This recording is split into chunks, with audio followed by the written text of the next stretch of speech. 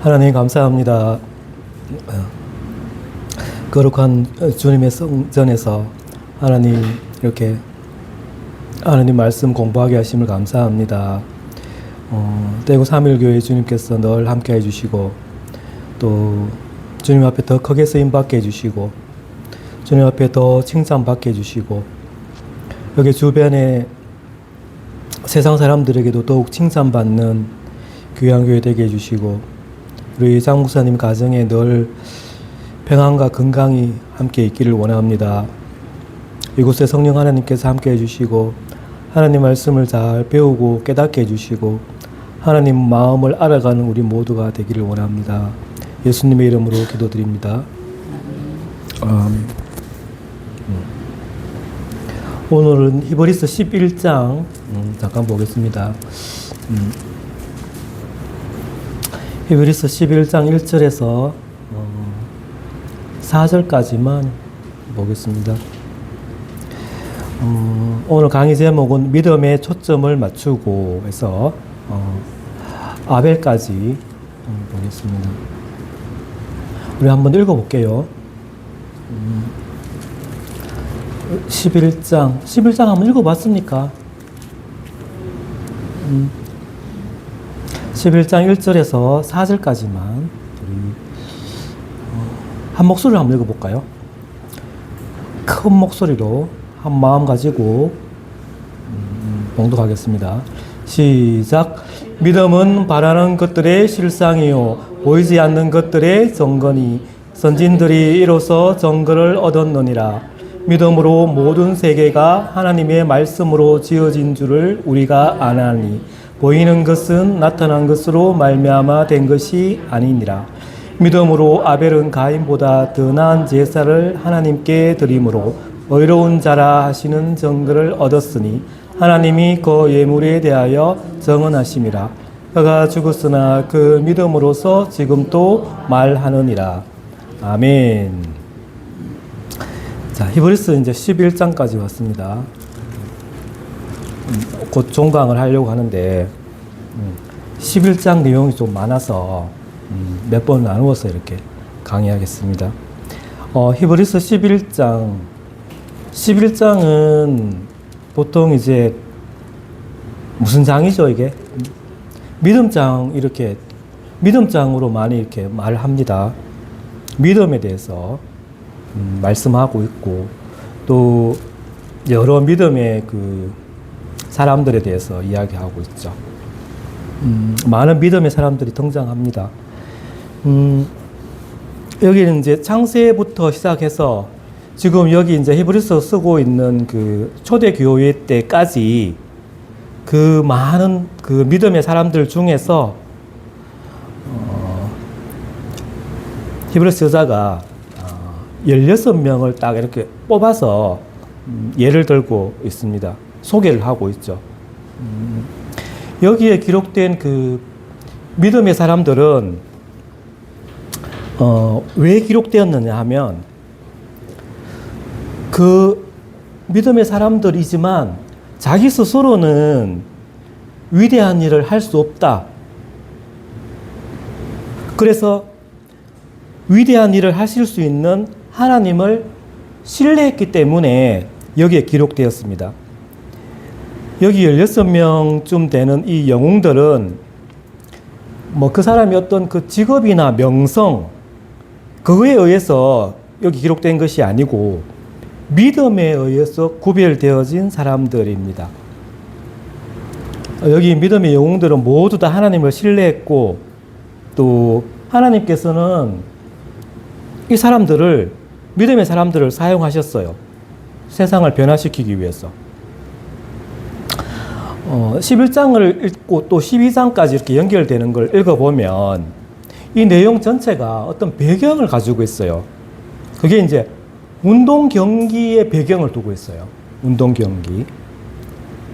그래서 이 11장에 나오는 이 신앙의 사람들은 하나님을 믿는 믿음을 가지고 있었는데 마치 운동 경기할 때 그 선수가 그 운동 경기 규칙을 다 지켜서 목표 지점에 도달하여서 상을 받는 그런 충실한 운동선수들로 이렇게 나타내고 있어요. 도중에 포기하는 사람이 없었습니다. 여러분, 우리가 믿음의 신앙의 여정 중에 어떤 규칙도 지키고 그리고 목표점까지 도달해서 완주하는 그러한 사람들이 되어야 되고 중간에 포기하는 사람이 되어서는 안 되겠죠. 그래서 이 히브리서 저자는 이 당시에 지금 히브리서를 지금 수신하고 있는 이 수신자들에게 이런 믿음에 가진 사람들을 소개하면서 지금 격려할 필요가 있다고 생각을 한 거예요. 격려해야 되겠다. 왜냐하면 이 수신자들은 지금 핍박을 받고 있잖아요. 적대감을 받고 있잖아요.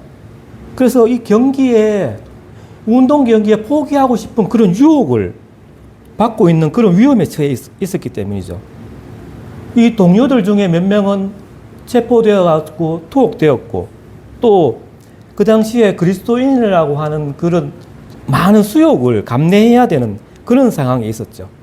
그래서 히브리서 저자가 이 6장에서는 우리가 완전한 대로 나아가자라고 말하고 있고, 또 12장 1절에서는 우리가 인내하면서 우리 앞에 당한 이 경주를 하자, 이렇게 지금 외치고 있습니다. 이런 외침이, 이런 메시지가 오늘 우리에게도 필요하지 않겠습니까? 필요하죠.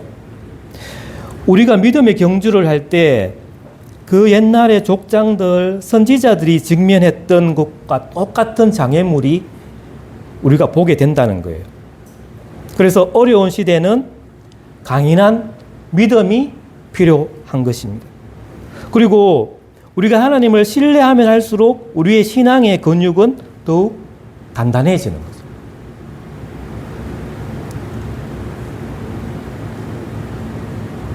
여러분, 제가 이렇게 멋있는 말을 하면 반응을 좀 해주십시오. 네? 뭐 고개를 끄덕한다든지 아니면 뭐 아멘을 한다든지 뭐 반응을 좀 해주세요. 자, 우리 한 사람 한 사람은 이 세상에 목적을 가지고 왔어요. 하나님께서 소명을 주셨죠. 사명이라고도 할 수 있어요. 세상 사람들 이야기 들어보면 이 세상에 태어난 목적이 없어요. 자기가 왜 태어난지도 몰라요. 반응하는, 옆한 떼김없이 지금 반응하고 있네. 자, 개인의 사명을, 그 소명을 우리가 정확하게 알아야 돼요. 하나님께서 주신 그 사명. 그래서 성실하게 그 사명을 실행을 해야 되는 거예요. 그 사명을 다 하면 하나님께서 이제 본향으로 다시 데려가실 것입니다. 하나님께서 우리에게 정해주신 그 목표를 달성하고 그리고 경주에서 승리하고 이렇게 하기 위해서는 우리가 믿음이 필요하다는 거예요. 자, 그래서 오늘 11장에서 이 믿음으로 사는 것이 무엇인지 거기에 대해서 지금 말씀하고 있거든요. 그래서 오늘 이제 짧은 시간에 이 믿음이 무엇인지, 믿음이 어떤 건지 한번 생각해 보고자 합니다.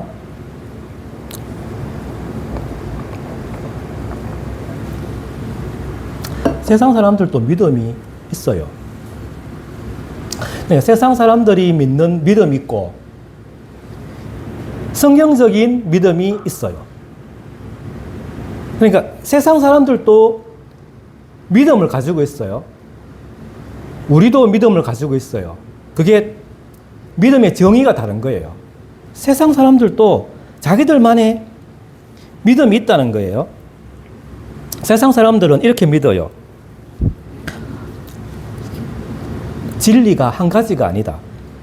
그리고 과학적인 사실, 그리고 살아온 경험을 바탕으로 해서 다양한 신념들이 있다는 거예요. 그래서 어떤 사람들은 신이 없다고 보는 무신론자들도 있고, 또 어떤 사람들은 신이 있는지 없는지 알 수 없다, 불가지론자들도 있고, 또 세상의 모든 것이 하나다라고 믿는 믿음도 있어요. 그리고 어떤 종교에도 속하지 않고 개인적인 그런 신념, 개인적으로 믿는 생각들, 이런 사람들도 있어요. 그래서 그 세상의 믿음은 사람 수만큼 다양할 수 있어요. 그리고 삶의 의미가 무엇인가? 세상 사람들이 볼 때 그 의미가 정해져 있지 않아요. 어떤 사람은 삶의 의미가 행복하게 사는 것이 삶의 의미다. 또 어떤 사람은 나 자신을 찾아가는 것, 그게 삶의 의미다. 이렇게 생각하기도 하고, 그리고 어떤 사람은 내가 세상에 왔으니 세상에 좋은 것을 남기는 것이 가장 중요하다. 이렇게 생각하는 사람도 있고. 그러니까 무엇이 옳고 그른지 절대적인 것이 없어요.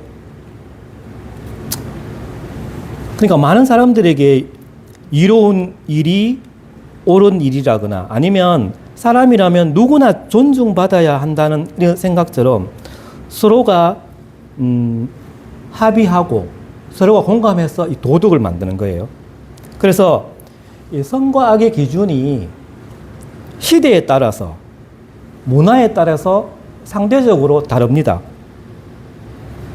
그리고 사후 세계에 대해서도 믿음을 가지고 있죠. 사후 세계는 뭐 죽으면 끝나는 것이니까 아무것도 없다라고 믿는 믿음도 있고, 또 불교같이 윤회설까지 매우 다양한 관점이 공존합니다. 그러면 우리가 믿는 이 믿음은 무엇인가? 성경적인 믿음, 기독교적인 믿음은 무엇인가? 여러분, 믿음이 무엇이죠?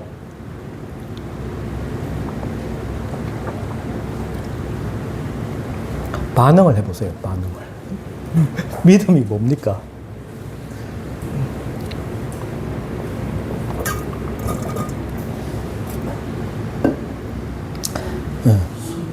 예? 신뢰. 그렇죠.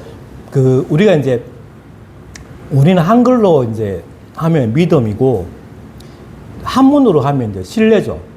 한문으로 쓰면 신뢰. 같은 뜻으로 씁니다. 자, 믿음은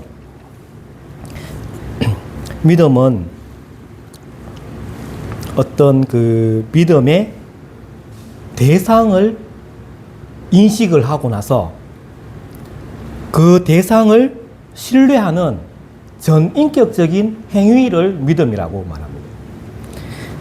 자, 그래서 믿음은 행위예요. 사랑이 명사가 아니고 동사죠. 사랑은 행하는 거예요. 행동하는 거거든요. 그래서 믿음도 동사입니다. 그러니까 행위가 있어야 된다는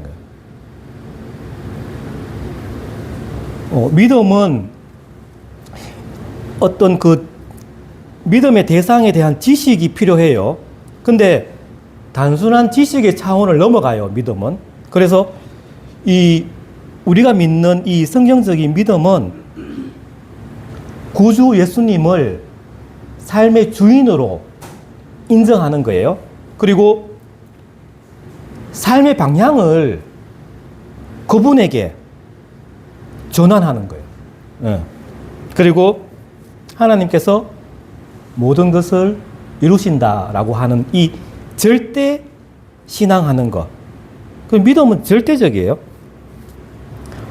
오늘 여러분 그 사도신경 고백했어요. 그게 신앙의 믿음의 내용입니다. 그 내용을 믿는 거예요.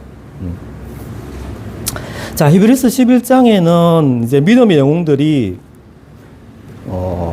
나오는데 어떤 믿음을 가지고 있느냐라고 묻는다면 그 믿음은 행동하는 믿음이에요. 그냥 단순히 머리로만 동의하는 지적인 믿음을 넘어선 거예요. 그래서 감정적인 관심을 보이는 그러한 믿음이 아니다라는 거예요. 말씀에 대해서 순종하는 믿음입니다. 11장에 여러분 읽어보면 또 이제 이번 주에도 한번 읽어보세요. 읽어보면 어디에 집중을 하는가 하면 동사 부분에 집중을 하세요. 동사. 동사는 알죠? 명사, 뭐 형용사 이렇게 뭐 있잖아요. 동사. 동사에 한번 주의를 한번 해서 한번 읽어보세요. 읽어보면 이 16명의 영웅들이 행동하는 게 나옵니다. 행동. 지금 거기에 대해서 초점을 맞추고 있어요. 그래서 아벨은 희생 제물을 드렸어요. 그리고 노아는 방주를 준비했죠. 그리고 아브라함은 이삭을 바쳤어요. 모세는 애굽을 떠났습니다. 자, 우리가 믿음의 경주를 하려면 어떤 행동을 해야 합니다. 행동. 그러니까 잠잠히 서 있으면서 동시에 달려갈 수는 없는 거예요. 성경에 이제 의하면 이 참믿음이라는 것은 어떤 감정에 구애받지 않아요. 어떤 주위 환경에 구애받지 않아요.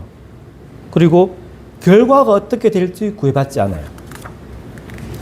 그리고 하나님께 순종하는 거죠.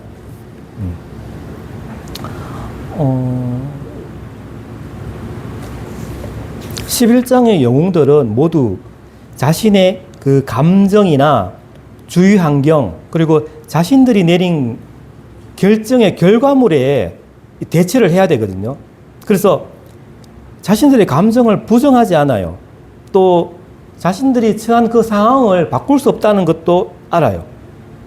그리고 자신들이 내린 그 결단의 결과를 예측할 수도 없었습니다. 그렇지만 그들은 하나님을 신뢰했다는 거예요. 하나님께서 이들을 끝까지 돌봐주셨다는 거예요. 자, 그럼 믿음의 대상, 우리는 믿음의 대상이 뭐예요? 누구예요? 믿음의 대상. 네, 하나님이죠. 믿음의 대상이 하나님. 이게 우리가 믿는 믿음이 세상 사람들이 믿는 믿음하고 다른 큰 차이죠. 우리는 하나님이 믿음의 대상이에요. 세상 사람들은 하나님이 아닌 어떤 뭐 친구가 믿음의 대상이 될 수 있고, 또 재물이 믿음의 대상이 될 수도 있고, 또 어떤 직업, 아니면 어떤 정당까지도 믿음의 대상이 될 수도 있어요. 그래서 크리스찬이냐 비크리스찬이냐의 그 차이점은 믿음의 대상이 하나님이냐 아니냐에 달려 있는 거예요. 믿음의 대상에 따라서 그 믿음이 실제적이고 능력 있는 것일 수 있고 그렇지 않을 수가 있다는 거예요. 자, 믿음의 영역은 볼 수 없는 것까지 포함해요. 볼 수 없는 것까지. 그리고 불가능한 것까지 다 포함합니다. 그래서 오스왈드 샌더스가 이렇게 말했습니다. 믿음은 신자의 영혼으로 하여금 미래를 현재처럼 느끼게 해주며 보이지 않는 것을 보이는 것처럼 생각할 수 있게 해준다라고 말했어요. 아브라함은 믿음으로 그 하늘의 도성을 보았어요. 그렇기 때문에 땅의 도성을 떠날 수 있었습니다. 마음의 믿음은 우리가 약속된 것들을 받을 것에 대한 보증이죠. 그래서 우리를 둘러싸고 있는 주위 환경이 어떠하든지 간에 믿음은 우리에게 하나님께서 이기실 것이라는 확신을 주죠. 그래서 믿음은 주위의 모든 것이 우리를 위협하고 또 재앙처럼 보일 때에도 계속 버틸 수 있게 해주는 발과 같고 또 볼 수 있는 눈을 준다는 거죠. 다시 말씀드려서 성경적 믿음은 외적인 주위 환경 그리고 외적인 주위 환경과 관계된 것이 아니라 내적인 속 사람과 관련이 있는 것입니다. 그래서 마음의 눈으로 보이지 않는 것을 보게 되죠. 마음의 귀를 가지고 하나님께서 하시는 말씀을 듣는 거죠. 그리고 불가능한 것을 능히하게 됩니다. 자, 1절에 보면 믿음은 바라는 것들의 실상이요 보이지 않는 것들의 증거니라고 말씀하고 있죠. 자, 믿음은 소망되는 것들의 확신이다. 여기 이제 실상을 확신이라고 제가 풀이합니다. 그리고 보여지지 않는 것들의 증거이다라고 말합니다. 그래서 믿음은 소망되는 것들을 자기 것으로 확보하는 권리성이다라고 말할 수 있고, 또 보여지지 않는 것을 보게 하는 레이더다, 이렇게 설명할 수 있습니다. 눈으로는 볼 수 없지만 그 레이더와 같은 그런 장치를 쓰면 보이지 않는 것도 볼 수가 있거든요. 멀리 있는 것도 볼 수 있고 막혀 있는 것도 볼 수가 있거든요. 그러한 믿음의 성격이 있다는 거예요. 자, 그러면 성경적인 믿음은 어떻게 역사하는가? 첫 번째, 성경적인 믿음은 말씀으로 역사합니다. 그래서 우리가 알고 있는 하나님은 말씀하시는 하나님이시잖아요. 그래서 우리의 믿음과 하나님의 말씀을 따로 생각할 수가 없습니다. 믿음은 들음에서 나며 들음은 그리스도의 말씀으로 말미암았느니라 라고 말씀하고 있죠. 그래서 하나님께서는 어떤 방식이든지 간에 11장의 그 영웅들에게 진리의 말씀을 전달하세요. 그래서 영웅들의 믿음은 하나님의 말씀에 의해서 생기게 됩니다. 예를 들어서 모세가 애굽의 군대를 두려워하지 않게 되었어요. 왜냐하면 하나님께서 이스라엘 백성들을 애굽으로부터 안전하게 구출해 내실 것이다 라고 모세에게 말씀하셨기 때문이죠. 자, 두 번째, 성경적 믿음은 어떻게 역사하는가? 관계를 통해서 역사합니다. 여러분, 그 믿음 생활할 때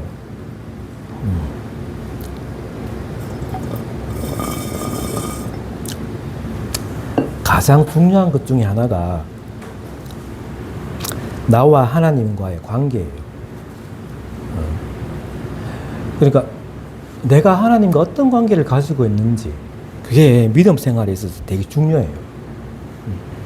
믿음의 영웅들은 하나님과 좋은 관계를 유지했습니다. 보다 깊은 믿음의 단계에 들어선 사람들이죠.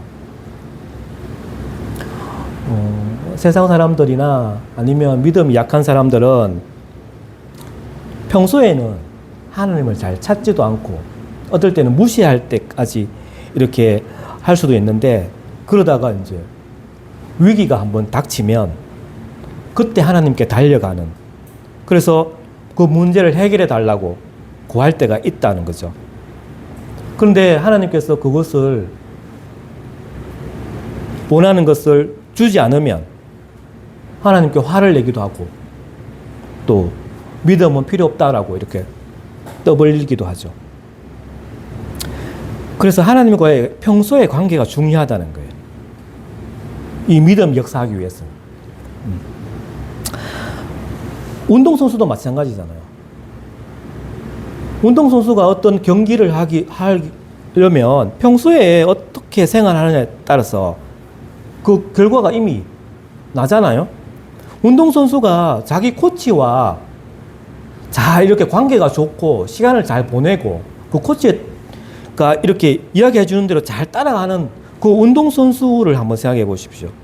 그래야 이 선수가 큰 대회나 뭐 올림픽에 참석할 수 있지 않겠어요? 운동선수가 코치의 말을 평소에 안 듣는데 어떻게 그런 큰 경기에 참석할 수가 있겠습니까?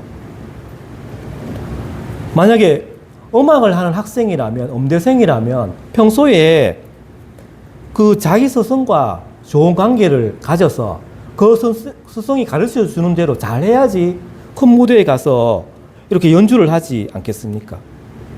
그래서 성경적인 믿음은 하나님과의 관계가 중요하다는 거예요. 평소에 하나님과 어떻게 동행하느냐가 중요하다는 거예요. 자, 세 번째는 응답입니다. 믿음은 확실히 감정이 따르지만 감정의 상태가 곧 믿음은 아니에요. 그래서 이게 믿음인지 감정인지 잘 분별해야 돼요. 우리가 하나님과의 관계에서 이런 지적인 면이 필요해요. 그것을 무시할 수는 없어요. 그것을 무시하지는 않지만 믿음이라는 것이 하나님에 대해서 그 기록된 그 성경을 머리로 동의하는 것 그 이상을 의미하잖아요. 그래서 참 믿음은 그 머리로 동의하는 것 이상 그리고 의지적인 면까지 포함을 합니다. 의지적인 면.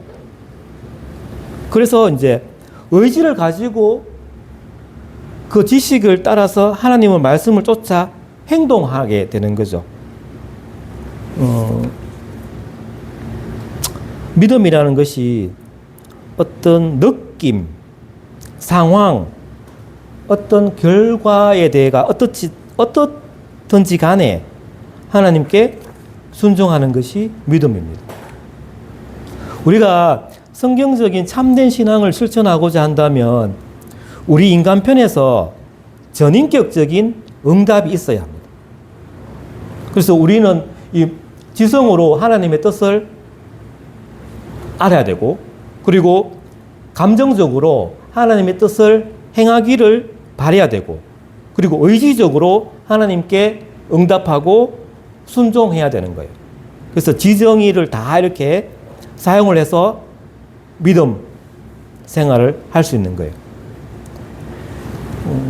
근데 믿음의 영웅들을 이렇게 우리가 보면 하나님께 잘 순종하고 있는데도 마치 일이 잘못되어 가는 것처럼 보일 때가 있습니다. 하나님께서 아브라함에게 이렇게 고향을 떠나라고 해서 떠났는데 떠나서 그 말씀에 순종해서 약속의 땅에 이르렀는데 그 약속의 땅에 기근이 생기는 거예요. 자, 그러면 이 믿음의 영웅들이 계속 믿음의 경주를 할 수 있게 한 것은 무엇인가 하면 하나님의 증거예요. 하나님의 보상이죠. 그래 하나님은 자기를 찾는 자들에게 상을 주시는 분이에요. 하나님은 약속을 지키시고 계획을 이루십니다.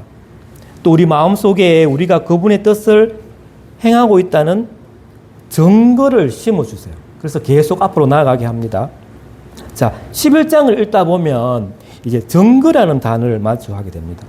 한 4번 정도 나오는데 우리가 하나님에 대한 믿음을 행할 때 하나님께로부터 내적인 증거를 받습니다. 그래서 이 증거로 인해서 우리가 신앙생활이 고달퍼도 계속 나아가게 되는 겁니다. 자, 하나님의 말씀은 좀 객관적이에요. 그런데 하나님의 증거는 믿음의 주관적인 면을 가리키고 있습니다. 그래서 신앙생활에 승리하기 위해서는 이 두 가지 면을 모두 다 필요합니다. 그러니까 하나님의 말씀에 대한 객관적인 면이 있고 하나님이 이 나에게 주시는 내적인 증거가 필요하다는 거예요.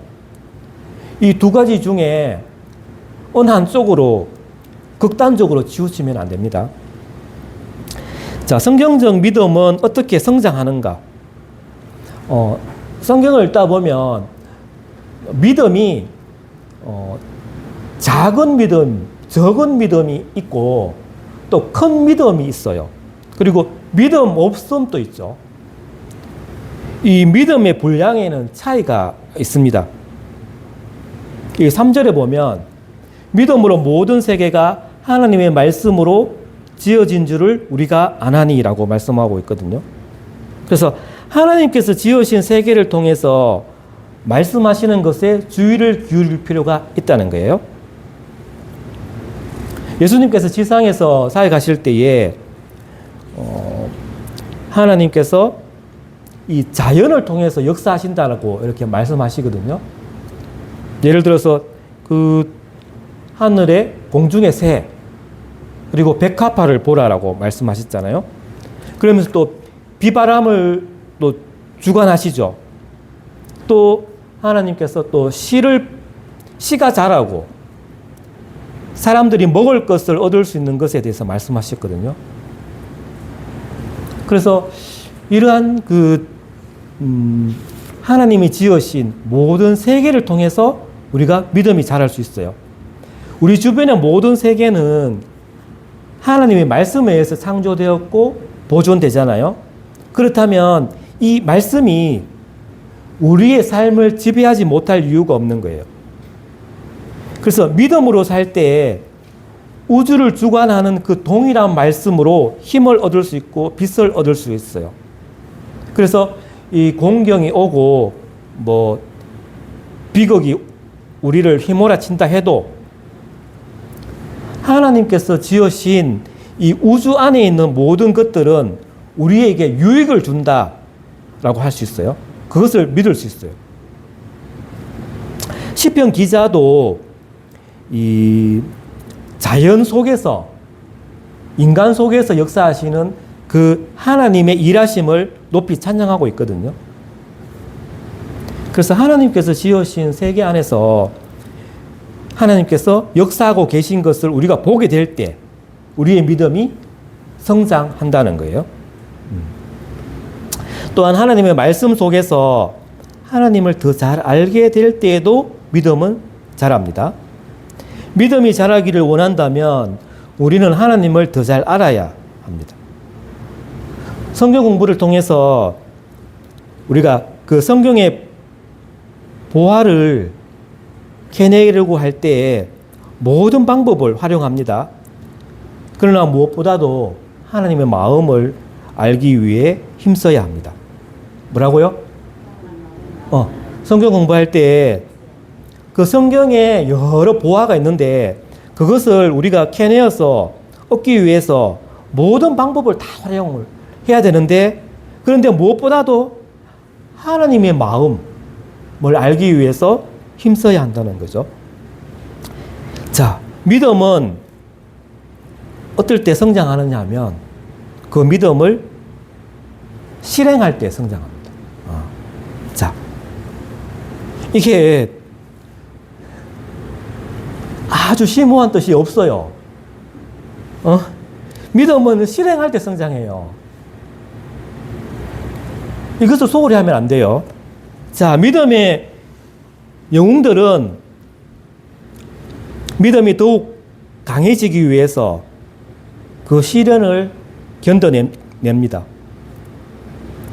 하나님께서 아브라함에게 처음부터 네 그 독자 이삭을 바치라라고 말씀하지 않아요.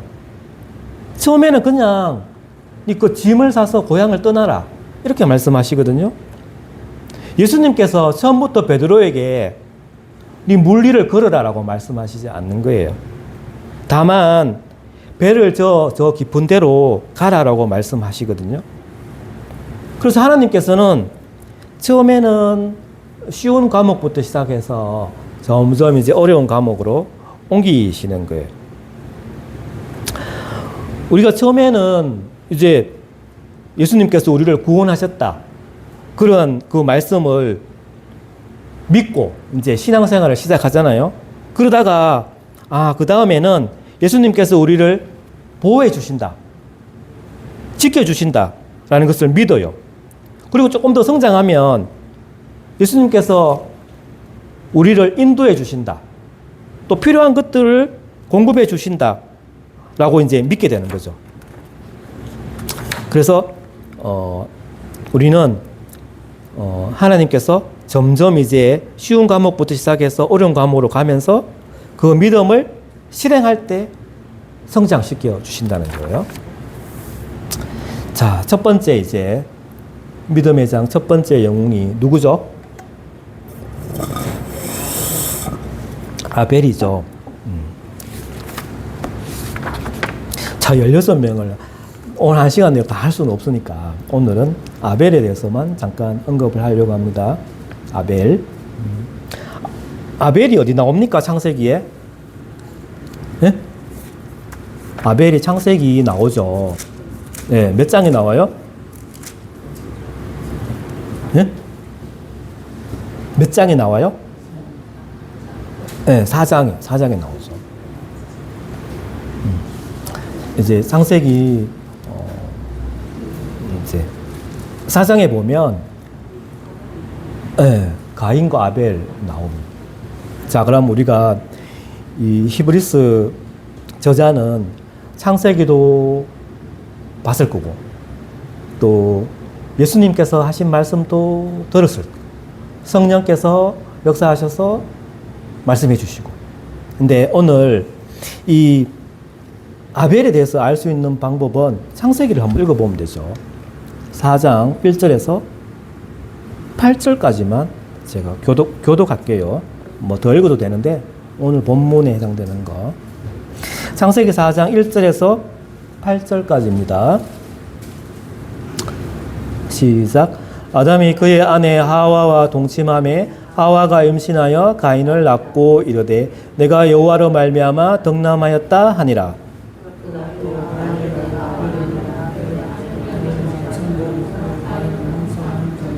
세월이 지난 후에 가인은 땅의 소산으로 제물을 삼아 여호와께 드렸고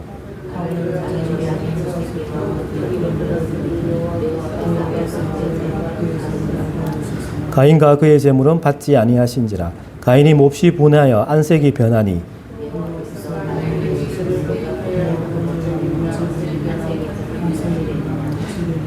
내가 선을 행하면 어찌 낫을 들지 못하겠느냐.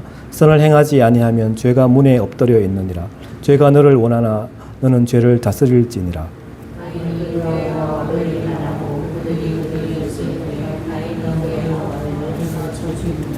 아멘. 형 가인이 동생 아벨을 죽였습니다. 한 사람은 첫 번째 살인자, 또 한 사람은 첫 번째 순교자가 되었습니다. 왜 그럴까요? 무엇이 문제일까요? 왜 한 사람은 살인자, 한 사람은 순교자가 되었을까? 유전이 문제일까요? 여러분, 유전? 응? 유전? 유전으로 한 사람은 살인자가 되고 한 사람은 순교자가 될까요? 예? 분해서, 분해서, 맞지, 분해서. 유전이 문제가 아니죠. 왜냐하면 부모가 같잖아요. 그죠? 아담과 하와. 부모 같은데 한 사람은 살인자가 되고 한 사람은 순교자가 되고. 이게 유전이 문제가 아닌 거예요. 자, 그러면 환경이 문제인가? 사람이 태어나면 환경에 따라서 뭐 악해지기도 하고 뭐 선해지기도 하잖아요. 환경에 따라서 할까? 근데 두 사람은 이제 낙원 밖으로 이제 아담과 하와가 쫓겨나서 그 낙원 밖에서 자랐잖아요. 자라고 나서 이제 거기서 이제 부모님부터 양육을 받았을 거 아니에요. 환경이 문제가 아니었어요.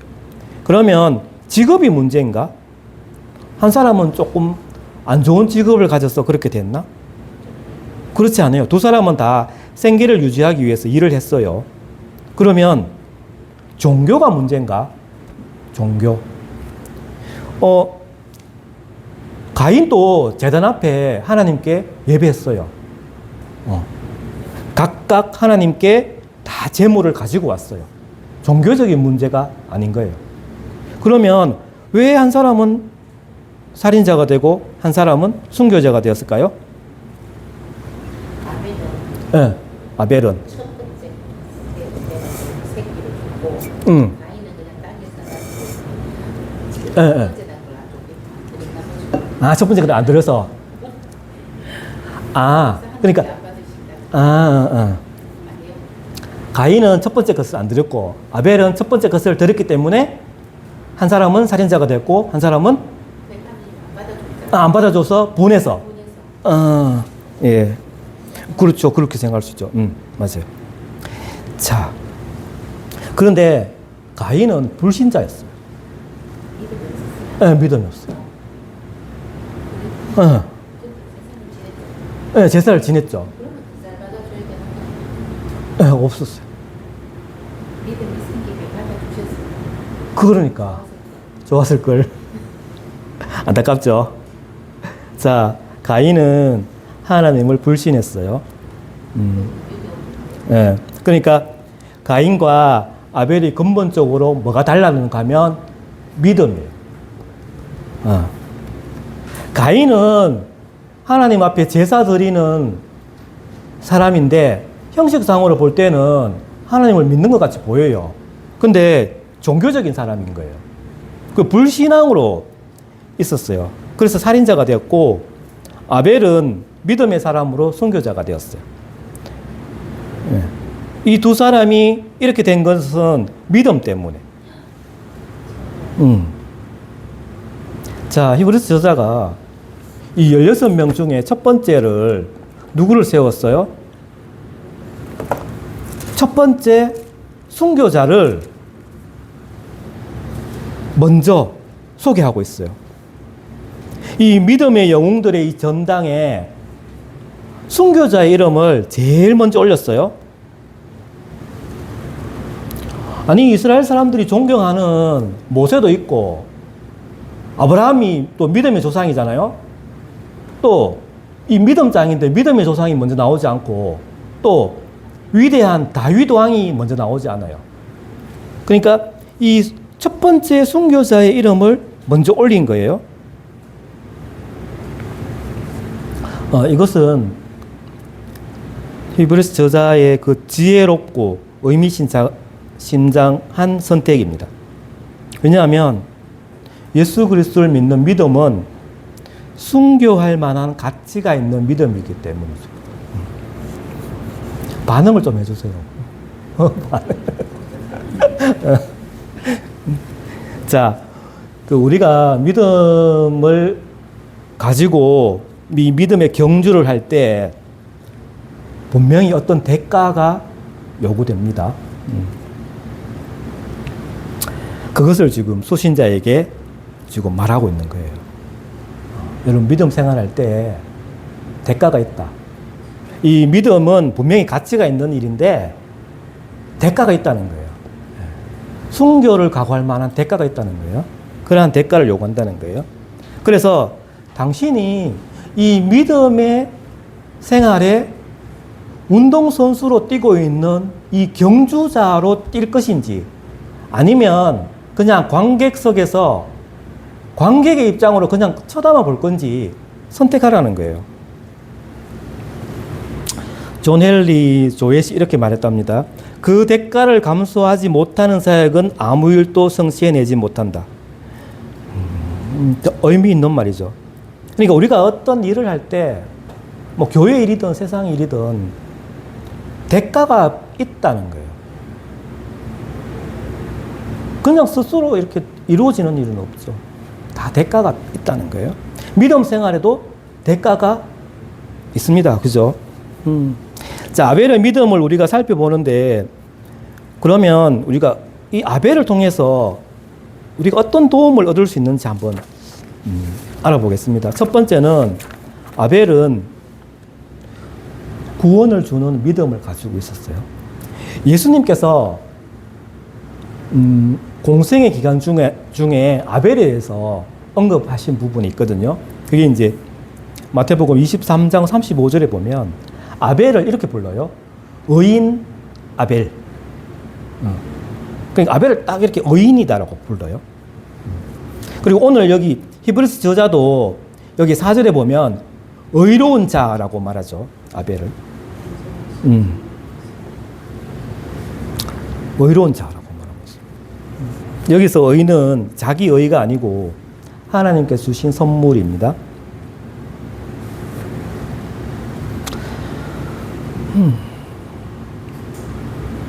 아벨에게 의가 필요했을까요? 의가? 의. 예. 아니, 그게 아니고, 의로운 자 할 때 의. 의인 할 때 의. 예. 의가 필요할까요? 아벨은 아담과 하와의 그 둘째 아들이잖아요. 하나님의 의가 필요할까요? 필요하죠. 모든 사람이 다 필요하죠. 만약에 아버지가 죄를 지으면 그 죄가 아들한테 돌려져서 하나님께서 그 아들에게 죄를 물을까요? 네?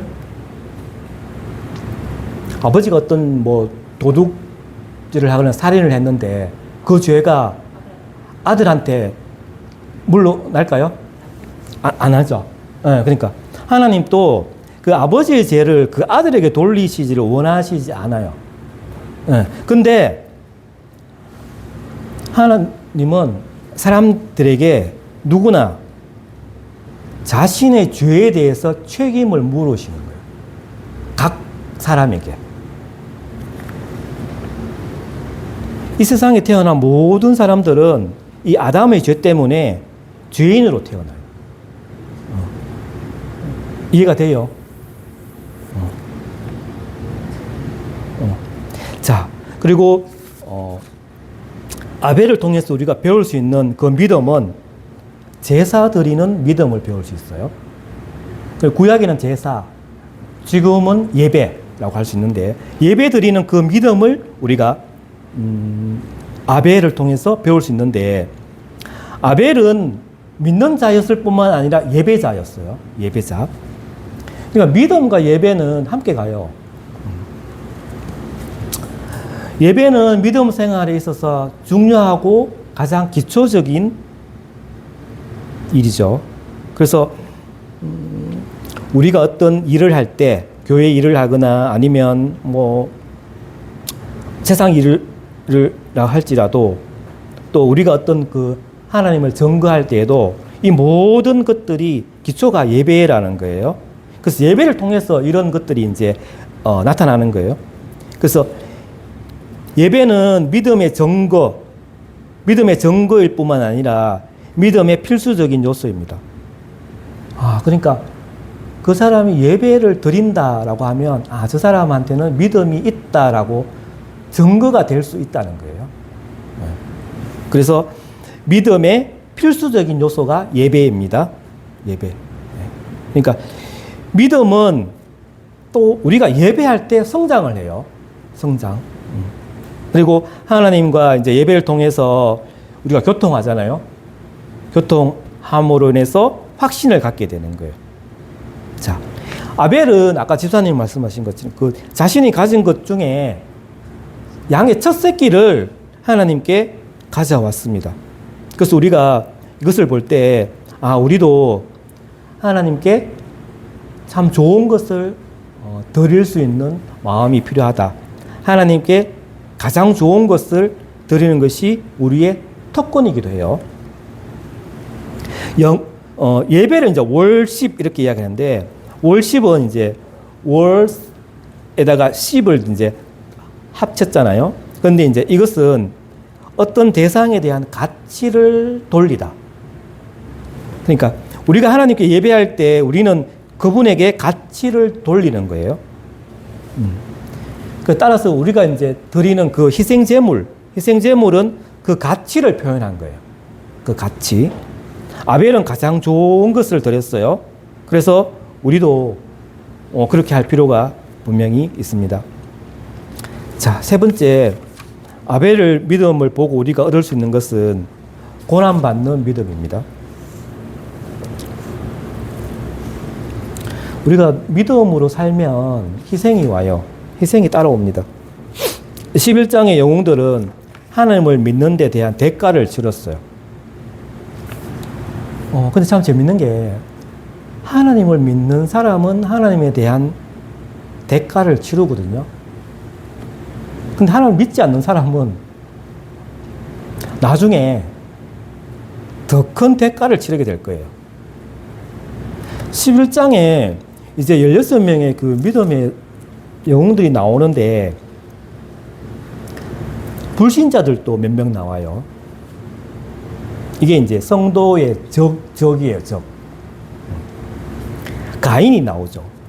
이제 오늘 본문에 보면 가인은 성도의 적인 마귀를 상징합니다.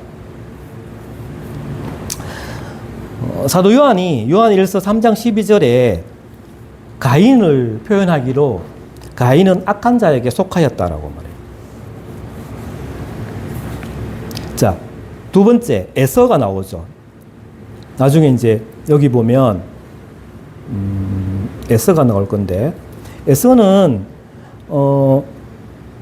성도의 적인 육신을 상징합니다. 육신. 그래서 육신이라고 말할 때 이제 육신은 믿음에 대한 반대의 뜻으로 이제 육신을 이야기할 수 있어요. 왜냐하면 이제 믿음이 요구하는 것은 겸손한 마음, 그리고 의존하는 마음이거든요. 하나님을 의존하는 마음. 그런데 이 육신은 겸손하는 것이 아니라 이제 자기를 드러내려고 해요. 그리고 하나님과 떨어져서 독립적이기를 원하기 때문이죠. 세 번째 이제 바로가 나오는데 이 바로는 성도의 적인 세상을 상징합니다.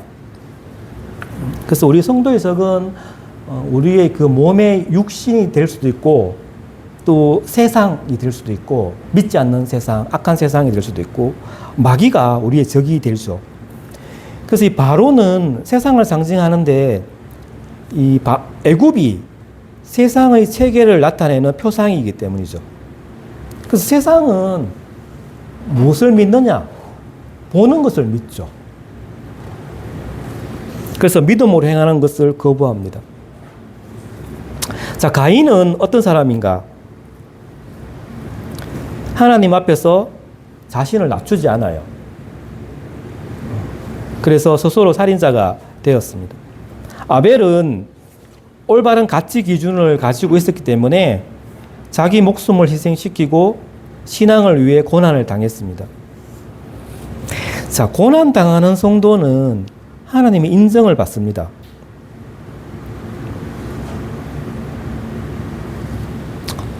성부 하나님께서 아벨의 그 신앙을 증거하시고 또 성자 예수님도 또 성령 하나님께서도 증거하셨거든요. 아벨은 하나님을 기쁘시게 하였고 또 하나님께서는 보상을 하셨습니다. 가인은 세상을 얻은 듯 하였으나 영혼을 잃게 되죠. 아벨은 목숨을 잃었지만 하나님께 인정을 받았습니다. 하나님께 인정받는 게 중요하죠. 그러니까 우리가 교회에서 여러 직분을 가지고 일하는데 그 직분이 어떤 직분이든지 간에 인정받는 직분이 돼야 돼요. 하나님께도 인정받고 또 같이 있는 우리 성도들한테도 인정받는 그런 사람이 필요한 거죠. 남자는 인정받는 일을 원해요. 그러니까 여자들은 사랑받기를 원하지만 남자들은 인정받기를 원하거든요.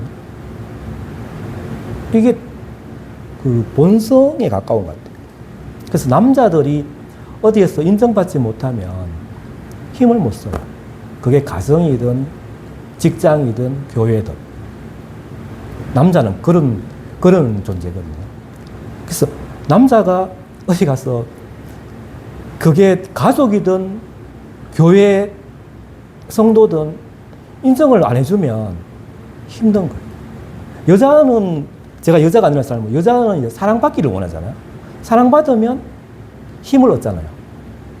아무도 사랑을 해주면 힘이 없잖아요. 사랑받는 걸 원하잖아요. 자, 우리가 세상을 기쁘게 하기 위해 산다면 하나님을 기쁘게 할 수가 없을 것입니다. 아벨은 영원한 것을 위해 살았어요. 우리도 영원한 것을 위해 살 수 있죠. 자, 마지막으로 아벨은 우리에게 어떤 도움이 되냐 하면 말하는 믿음. 여기 보면 여기 4절 끝 부분에 보면 그 믿음으로서 지금 또 말하느니라. 아벨은 죽었지만 그 믿음으로 오히려 말하는 거예요. 성경에 아벨의 말은 여기 기록이 없어요. 그런데 아벨은 죽음으로써 말하고 있어요. 세례 요한의 그 아버지 사가랴가 하나님 말씀을 믿지 않을 때에 이 잠깐 벙어리가 되어서 말할 수 없게 된 일이 있었거든요. 또 반대로 예수님의 어머니 마리아가 하나님을 믿음으로 마음속에서 찬송이 울려 나오기 시작할 때도 있었습니다. 자, 성경에서 아벨의 말은 한마디도 지금 기록되어 있지 않는데 이 사람은 오늘 또 우리에게 말하고 있어요. 아벨의 삶이 우리에게 말하고 있습니다. 이게 더 강력할 수 있어요. 어떤 부모나 스승이 말로도 가르치지만 그의 삶으로 가르치거든요. 그 삶이 더 강력할 수 있어요. 우리의 입술로 말하는 것이 아니라 삶으로 지금 말하고 있는 거예요. 아벨이. 가인의 길은 많은 사람들이 좋아하는 길입니다. 세상의 인정을 받는 길이죠. 그러나 그 길은 심판에 이르는 불신앙의 길입니다. 아벨의 길은 그 길은 좁은 길이고 십자가의 길입니다. 이 아벨의 그 순교는 예수님의 십자가를 예표한다고 할 수 있어요. 그러나 그것은 구원의 길이죠. 생명의 길입니다. 여러분들 어떤 길로 가시기를 원하세요? 반응을 해보세요. 어떤 길로 가시겠어요? 아벨로. 머리로 생각하지 말고. 네, 아벨로 길로 가죠. 네. 그래서 아벨이 그의 삶이 오래 살았겠죠. 아벨도 엄청 오래 살았겠죠. 몇백 년을 살았을 거 아니에요. 근데 아벨도 그렇고 가인도 그러는데 성경에서 그 한편 제사 드리는, 그래서 가인이 아벨을 죽인 그 장면만 탁 나오는 거예요. 그러면서 그것을 우리에게 지금 신앙으로 도움을 주기 위해서 지금 말하고 있는 거예요. 기도하고 마치겠습니다. 하나님, 우리가 믿음 생활을 할 때에 평상시에 하나님과 늘 좋은 관계를 유지하기를 원합니다. 그래서 보다 더 깊은 믿음의 단계로 들어가기를 원합니다. 우리가 성경 공부할 때에 하나님을 더 알아가게 해주시고 또 믿음이 더 성장하기를 원합니다.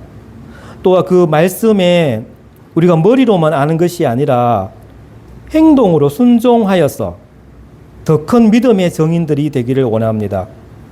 또한 우리가 어떤 일을 하든지 어떤 직분을 가지든지 하나님께 인정받는 자가 되게 하여 주시고 우리가 영원한 것을 위해 살기를 원합니다.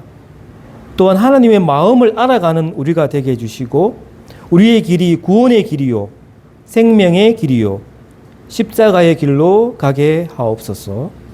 예수님의 이름으로 기도드립니다. 아멘. 수고했습니다.